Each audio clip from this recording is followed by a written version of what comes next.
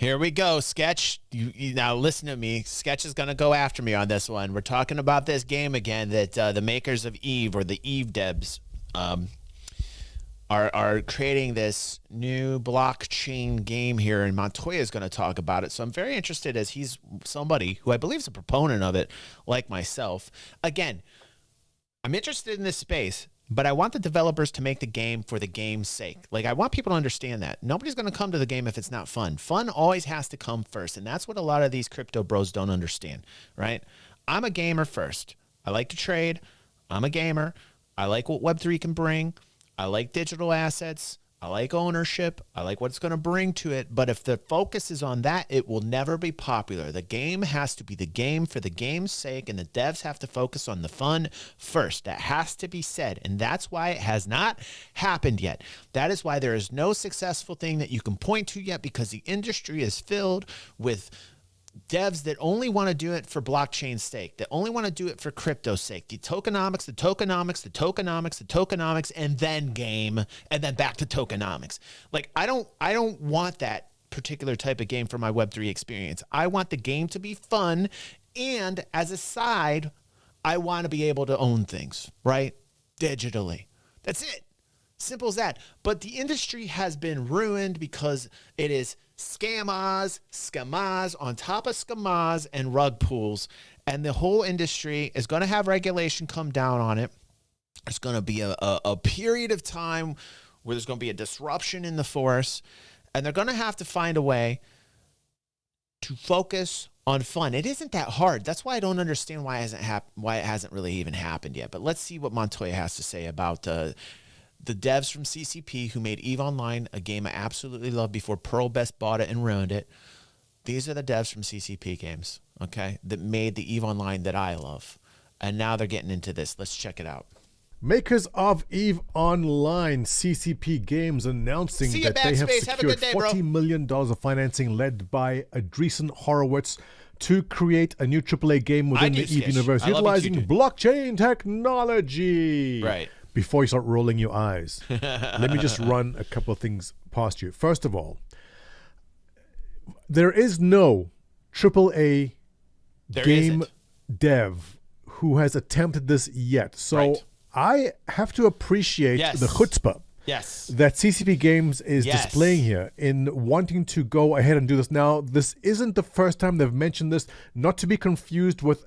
I feel more comfortable about this than I do with Star Atlas. Mention about blockchain back in 2022, where there was a bit of concern that they were going to introduce something crypto-related into EVE Online. So they went and made this announcement saying, no, we are not doing anything in EVE Online. NFT stands for Not for Tranquility, which is their public server. And they put those fears to rest. But this does not mean they forgot about it. It just means that they were planning to do something not inside of EVE Online, but EVE related, a separate IP, and it's going to be called Project Awakening. So a couple of my favorite YouTubers have covered this topic, but they failed to talk about something which I feel is very important to this, which is funding to create a game. Now, if you're part of this channel, you're most likely backing Star Citizen, which is what we do here mostly. We play and complain about Star Citizen a lot. But there's one thing about being a Star Citizen backer that I've discussed a lot with people in the past, and that is, would you have, if you were given the opportunity, would you have invested, or would you have wanted to be an investor in Star Citizen itself? Yes. And a lot of people say, yeah, they would love to have been an investor instead of just a backer in Star Citizen. So back in, this is the Kickstarter for Star Citizen back. And that's what it brings. And that's what Web3 will bring, right? You actually can invest in the projects that you love directly. You can benefit from it, but you can also support it in that route. And the amount of money that you can raise is a hell of a lot more than the current models out there in gaming. The problem is that the developers aren't putting the fun first. Back in 2012, 2013. And they were looking to raise $500,000. That's great. And Sketch brings up a good point. Sketch says, well, I don't see it as an investment. I see it as a donation. It's a very different perspective, especially on the onset. I absolutely agree with you. But if I had the personally, me, if I had the choice to make it a pledge or make it an investment, I'd pick the investment over the pledge. Because if I could profit from it and I could be like, hey, I'm a capitalist, great. I put money towards a project, I'm investing in it. If I can take something back out and profit for like if Star Citizen started out and I could literally just invest my money in it and those investments were my pledges and they were investments, then I would be reaping the benefits huge right now. I'd be rolling around like a pig in mud, so happy right now because the game is actually becoming more and more successful every year. That's just me personally. That's just me. I'll refresh your memories, or if you're new, this is how it all started. We'd all be Star Citizen rich right now. They were planning to make a game. They go, here's our pitch. We're going to make a game. It's going to be a persistent universe, and it's going to be called Star Citizen. Give us money. Right. And if you give money, this is what you get in return. Right, Firestarter. So of this amount here, I'm one of the people that gave $250. So $250 of that is mine.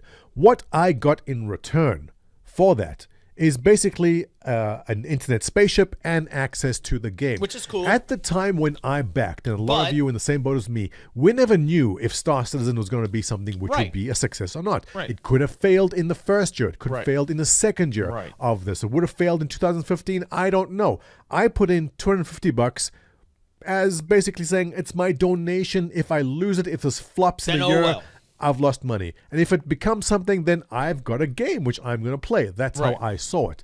But what if you could have participated in being an actual investor in CIG? Would you have taken the opportunity? I would have. I know people, there's friends of mine who went up to Chris Roberts and said, hey, I want to give you $100,000. I actually know people that did invest. I know VCs that actually did invest. I interviewed him on the channel, and his name was ATX Blinky. He made the, what was that series? What was it? Fallacy? I can't remember. It's been so long. But a couple years back, I interviewed him. He was a VC. He talked about it all. He put money in it. Chris did accept his money. And throughout the journey, he got more and more upset because he wasn't seeing any return on his money. And he got out and he started the series because he was upset with the development. He was upset with Cloud Imperium. And I had a 2-hour conversation with him. Put that interview on the channel. And it's a good interview. If you want to know about like the early days and VCs, venture capitalists that got involved, that Chris did bring in the money, go to the channel, check out the interview. It's a wonderful interview. You get to really get to see the origins of Star Citizen and how they brought in their money to fund it. There's a guy who I bet right now is thinking, boy, I should have held on to that, because like it would pay out huge amounts right now. At least I would imagine. Give you $150,000 to be an investor in your company, and they were rejected. So they end up just buying a couple of ships and being a backer like the rest of us. But given the opportunity, would you have wanted to be an investor? I definitely, because look where they've gone now. They've gone from being 5 guys drawing plans on napkin to a one studio in Austin with 12 people to 2 studios to where are we now? 5, 6 studios across 4 different countries.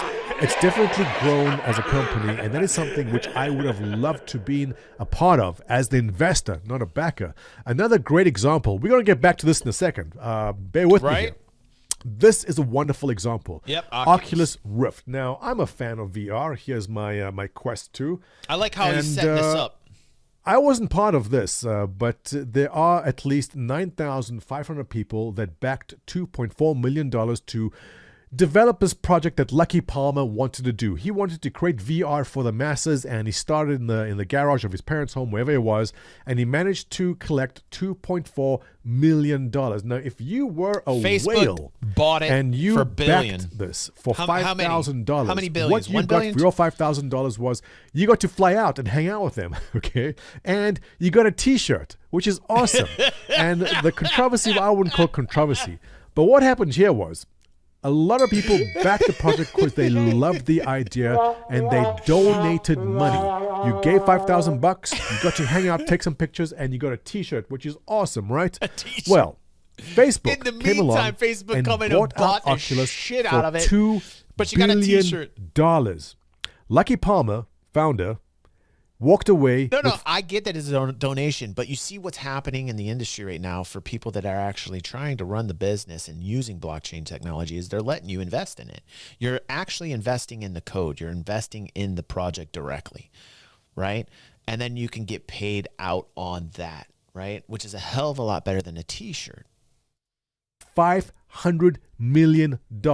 If you were able, instead of giving them $5,000 to get a t-shirt, if you were able to come in as an investor with $5,000, your $5,000 would have become $5 million. Okay, Kickstarter doesn't work that way. You're not buying part of a company with a Kickstarter. But the point I'm making will become clear very soon. Got a t-shirt though. If you came in with $1,400 and you got the early DK kits and you got a t-shirt, congratulations. Your t-shirt says, I backed Oculus and all I got was this awesome t-shirt. Meanwhile, everyone at the company walked away a millionaire when that happened. Would you not have wanted to be a backer and investor in absolutely. that? I would have. Me personally, absolutely yes. I would have loved to be a part of that. Now, don't think that backing something, a project, automatically makes you money. And we're going to go back to the crypto-related part of this very, very soon. Right. Let's use another example of Star Atlas. Now, Star Atlas is making a space-related game, and they're selling space-related NFTs, spaceship NFTs. If you backed Star Atlas, you didn't come out ahead. No. Star Atlas came into the NFT business at the peak. They made a lot of money by selling NFTs, and they're making a game. You've seen my opinions on that in my channel. I've spoken about that a lot in the past. Same. What's happened since then? Well, your NFTs are down 70, 80, 90%. You are not looking good with that. So that was a bad example. But there has been a recent very good example of this working out. The reason I'm talking about this is it this is Dr. very Disrespect's likely thing? that Project Awakening is going to be selling you spaceship NFTs. They're going to make a game which is going to have something crypto-related, most likely NFT sale of spaceships, and most likely the currency in game is going to be whatever the Project Awakening token is as an in-game currency. So my question is there an opportunity here? Because these guys didn't come ahead in that. I would have loved to be an investor in CIG. Didn't get the opportunity. Dr. Disrespect is making a game. Now here's an example where it did work out. Dr. Disrespect says he's making a shooter. Now, whether or not his shooter called Dead Drop ends up being a success or not, we don't know. But if you did back his game, he wanted to sell you 10,000 NFTs for $50 a pop. If you were one of the lucky people who managed to mint one of these 10,000 NFTs for $50, he raised $500,000 total, and you got an NFT, which is basically this. It's a mask which you wear in the game. It's flair. It's cosmetic. It doesn't give you any advantage in the game. It's just a unique item to your character in the game. If you manage to score one of these, how did you do? Well, Dr. Disrespect is pretty popular. He has a big following, and there's a lot of speculation over this. And you have come out quite a far ahead. You have done very, very well if you manage to land one of these founder packs. In fact, you'd be up big time. Just today, this is 3 hours ago, here's one that sold for $853. Wow. Wow, dude.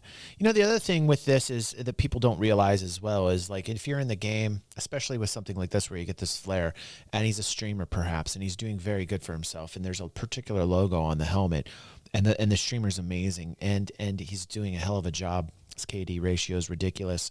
The logo becomes more and more recognizable. That NFT that the person owns in their wallet becomes that much more valuable. And that's how values change in this, you know. Here's one for $850. Here's one that sold for $805. Here's one that sold for $733 just 9 hours ago. Here's one that sold for $1,900. And here's what I have to say to the skeptics of this that say, "Oh, well, this isn't worth that." I mean, it's worth that because people are paying it, right? And you can track that on a chart. You can track that supply and demand on a chart, right? All this is market driven. There is a value to all of this because people are willing to pay for it. If people are willing to pay for it, there's a value for it. $169 yesterday. Here's another one that sold for $1,339 2 days ago. These are selling. Wow. If you manage to come in to Dr. Disrespect's project and essentially donate $50 to him because you're a fan and you want to see him make a game, you came out pretty far ahead. 3 minutes. So it worked out very, very Ether. well for anyone who bought any of the founder passes from Dr. Disrespect. And so this is what piques my interest. Because CCP Games is a AAA gaming studio. They are getting backed by Andreessen Horowitz, which is a major venture capital firm. You'll recognize a lot of the things they've backed in the past did well. Now, I know a lot of people have been mentioning, hey, but they've also backed plenty of bad things. Yes. Yeah, I mean, you're talking about the makers of one of the best economic gameplay games I've ever played in my entire life that kept my ass in a seat and playing it for 10 plus years, 12 plus years. So you're talking about developers that are very knowledgeable about the economics of just the economy. They're economists essentially, and now they're getting into this realm. So I actually am, not financial advice, but I am like, wow. I'm actually like, okay, this might be the finally a breakthrough, because there's nothing you can point at. We watched a video last week in this space, right? And I think it was Kira. And one of our fans had posted it to look at this DG area, and Kira was like pointing out NFTs and calling them a scam and the whole thing. It's very popular to do so, and a lot of them are in the way that they're introduced. The intent behind it has everything to do with the people creating it, right? Do you believe the people are passionate about the game and want the fun first? I feel like yes. They got a big firm here that's backing them as well. There might be something to that. How venture capital works is they have millions of dollars and they'll just toss it around and see what sticks. And if only one of the things they invest in does well, they make billions. All right. They owned Airbnb before it IPO'd. They owned Boku. They owned Groupon. They owned Facebook. They owned Lyft. They owned Pinterest. They were early investors in all these names, and it's worked out extremely well for them. Early investors in Roblox, early investors in Slack, early investors in, what else do we have here?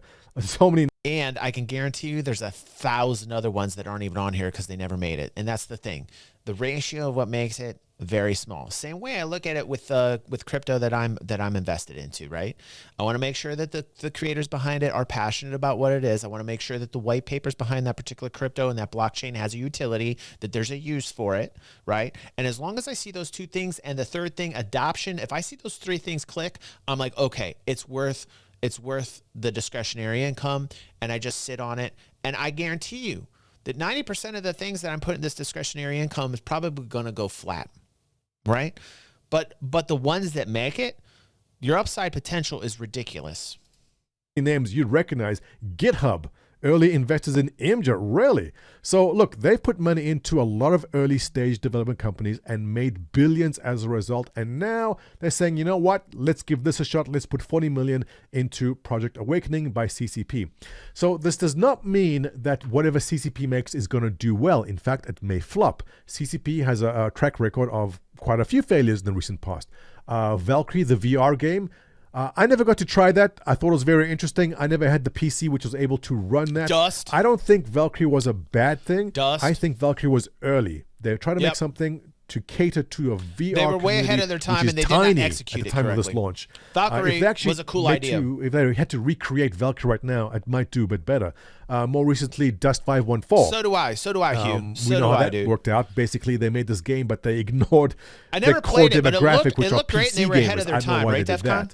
But Dust 514 basically failed. Yep. But just because the last 2 or 3 things that had failed doesn't mean the next thing is going to fail, but there's always the risk. And so Project Awakening, whatever it may be, Dust was a great idea, bad execution. Cross-platform never worked. I don't know if it's going to do well or not, but what I do know is there's going to be a lot of crypto bros chasing whatever this is, because this is a AAA gaming studio backed by a big venture capital firm. Yep. And whatever they put out is going to get a lot of attention. Yeah. Now, I know the gamers out there are rolling their eyes and huffing and puffing because, crypto related. But they are not targeting this at you. It's easy to do that. It's damn easy to roll your eyes, right? The hard thing to do is to not roll your eyes, right? The hard thing to do, usually, that's the thing to do. Without that challenge, without that danger, without taking that risk, right? The easy thing to do is to roll your eyes. I see it everywhere. content creators all over YouTube going after the easy route, rolling the eyes. Let's roll the eyes again. Like it. You're clicking on it just like what they're reporting on is exactly what they're doing to you. They're monetizing you. They want your clicks. They go after what's the easiest thing to do. The easiest thing to do is to roll your eyes. The easiest thing to do is the one that gets the most clicks. It's the loudest. It doesn't mean it's always right. The hard thing to do is not to roll your eyes and say, hey, wait a second. Some pioneer is going to do it. Somebody is going to do it. That's human nature. Imagine if we just all rolled our eyes. Oh, sure, there's going to be things in the air. Sure, we're going to have things flying in the air. Roll the eyes. Oh, sure, we're going to have things driving with wheels. Oh, roll the eyes. Like, it's so easy to roll the eyes, right? The hard thing to do is to invent the light bulb. The hard thing to do is to fail. How many times did Edison fail? Thousands before it happened. That's the hard thing to do. That's what pays off. Let me go to my whiteboard. Cover your eyes. It's going to be bright. I love my whiteboard. Let me draw 2 circles. This is not going to be a dirty picture. Don't worry. All right. So here we go. There's 2 circles. They're kind of overlapping. One of these are gamer bros. And the other one is crypto bros. It doesn't have to be that way, but it's that way. It's easy to polarize. If you're a gamer, it's easy to polarize it. It's easy to polarize these 2 groups. I am so happy Montoya did this because it's easy to be one or the other. It's hard to combine the 2, understand that they can coexist. It's hard to do that. And you're crying because EVE Online is going to do something crypto related. Don't worry about it. You are not the demographic. See this tiny area here? Yes. Yes. This. Oh, yeah. Oh, sorry. That's is what they are after. Gamer bros, pretty much against microtransactions. It's that little spot right there. That little spot right there. That's what pays off the most. That's what pays off the most. Right there. Right.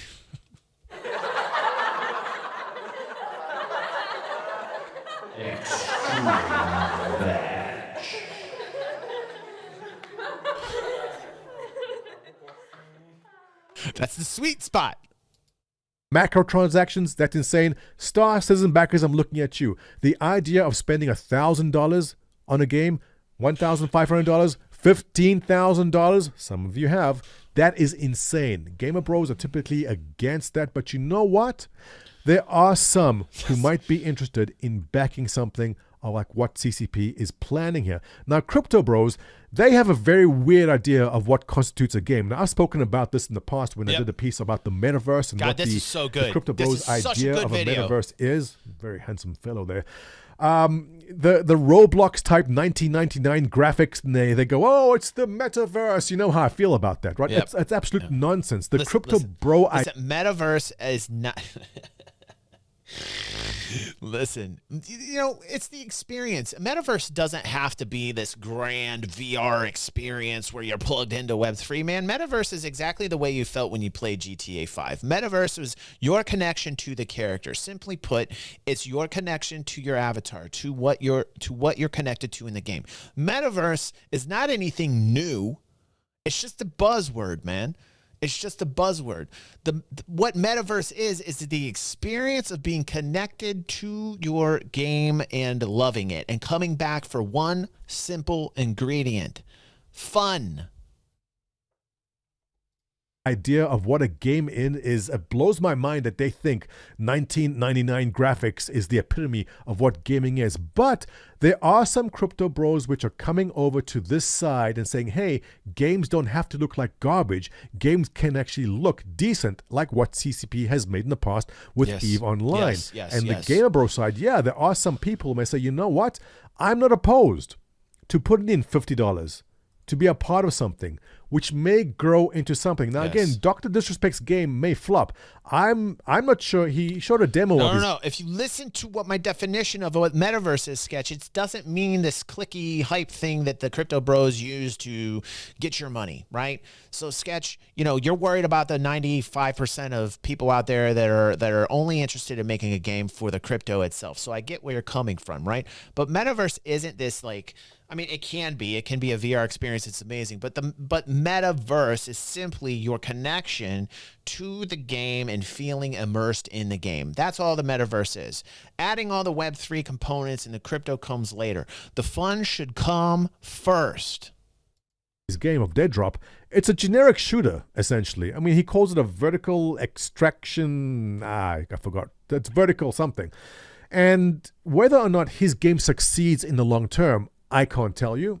I'm skeptical. But whoever managed to back his game and grab one of those 10,000 NFTs, they are sitting pretty right now. Someone sold one for $2,000. They're in the green. That kind of investment to be a part of something and benefit from it if it does well, I'm not opposed to that. I'm all for that. So if by some chance CCP comes out with an NFT to fund the game, and it's going to be an NFT spaceship for sure, I just may dip my toes and I'll look at, I'm donating $50. Now $50 better than a something. T-shirt. I'm for that. Better than That's a just my T-shirt. opinion. But let me know. What do you think? Are you? I love it. That's cool. I dig that. I dig that he did that. That was a very well constructed video.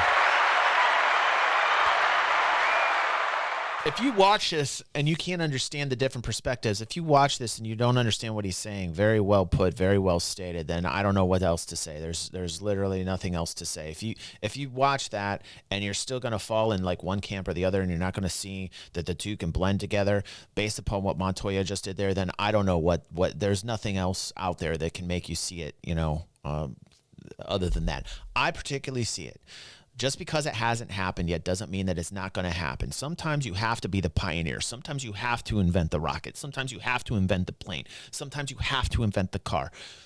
These are things that happen because people decided to see it in their mind and make it a reality, even though everybody else rolled their eyes at it. Everybody else, plenty of people, I'm sure, were rolling their eyes, thinking the Wright brothers were crazy, that they're trying to put something into the air.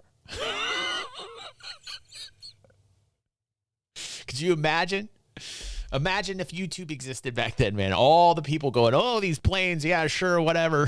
There'd be like tons of content creators trying to monetize you, and they would tell you how flying was ridiculous. Planes, the ideas of planes are ridiculous. Don't believe in them, but click my video because, hey, that's what I see on YouTube. That's what I see on YouTube. And I see people fall for that all the time. And as a YouTube content creator, I like to talk about it this way. I want to be different. I don't want to be the 1,000 other YouTube content creators that surround me that say, the same thing because it's easy to say. That's an easy way to play. I don't play easy. I play difficult. OG.